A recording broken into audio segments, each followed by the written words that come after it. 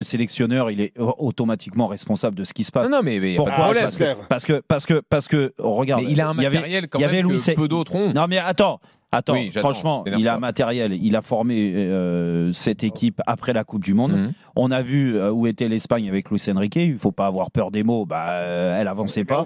Elle était au fond du trou. Et depuis cette Coupe du Monde, c'est pour ça. Alors, bien sûr que c'est plus facile aujourd'hui à dire que moi, je le voyais, l'Espagne. Mais l'Espagne, avant la compétition, quand tu regardes, c'est sur les 16 derniers matchs, c'est 2 défaites.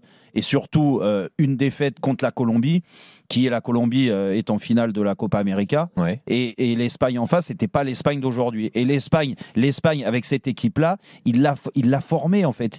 Je parle sous le contrôle de Fredo. Moi, je me souviens, il y a quelques mois, j'ai vu, quand ils avaient joué le Brésil, ils ont fait 3-3. Ils avaient pris un but à la dernière seconde. Ils ont mangé le Brésil. Alors, le Brésil, c'est plus ce que c'était, on est d'accord. Mais ils les ont mangés avec cette équipe-là. L'équipe type. Qui sera certainement demain sur le terrain et qui est là depuis le début de l'Euro, c'était cette équipe-là qui avait été façonnée par le sélectionneur. Il l'a trouvé, son équipe. Oui, bah après, Yamal et Nico Williams, ils ne les avaient pas, Luis Enrique non plus. Oui, mais tu je te dis qu'il ne les avait pas, sauf que dernièrement, il les mettait. Sauf qu'il les fait jouer quand même.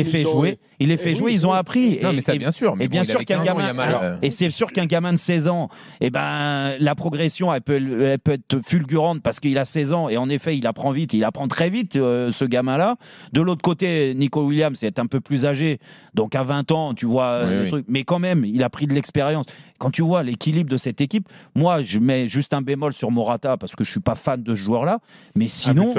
Mais sinon, le milieu de terrain, comment ça joue, la façon de fonctionner de cette équipe d'Espagne, franchement, c'est régalade. Moi, c'est tout ce que j'aime du football. C'est marrant, on parle, et à juste titre, tellement bien de Luis de la Fuente. Je voudrais simplement vous rappeler que Luis de la Fuente a failli être viré.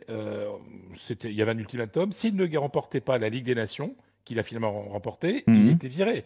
Voilà, parce qu'il était considéré comme un homme de transition pendant quelques mois. Voilà, parce que c'était pas un entraîneur connu, c'était un entraîneur connu dans les sélections de jeunes à la fédération, mais je veux dire, c'était pas quelqu'un de connu dans les clubs. Mais ce qu'il a fait aussi, moi, ce que j'aime beaucoup chez Luis de la Fuente, c'est qu'il a pris le contre-pied de Luis Enrique. Il a une relation normale avec les médias, il a une relation normale avec les joueurs. C'est-à-dire qu'il est dans le bon sens. Il n'essaye pas d'imposer une doctrine. Non, il adapte son style aux caractéristiques des joueurs. C'est vrai que quand tu as la chance d'avoir un Lamine Yamal, que tu as la chance de l'autre côté d'avoir un Nico Williams, eh ben, tu peux essayer d'être vertical. Tu vas pas dire, ah non, en Espagne, on joue horizontal à l'ancienne. Non, on profite des joueurs. C'est-à-dire qu'il est le bon sens personnalisé. Et ben, parfois, quand on a du bon sens, ça fonctionne. Mais c'est un petit peu comme des Ancelotti, comme du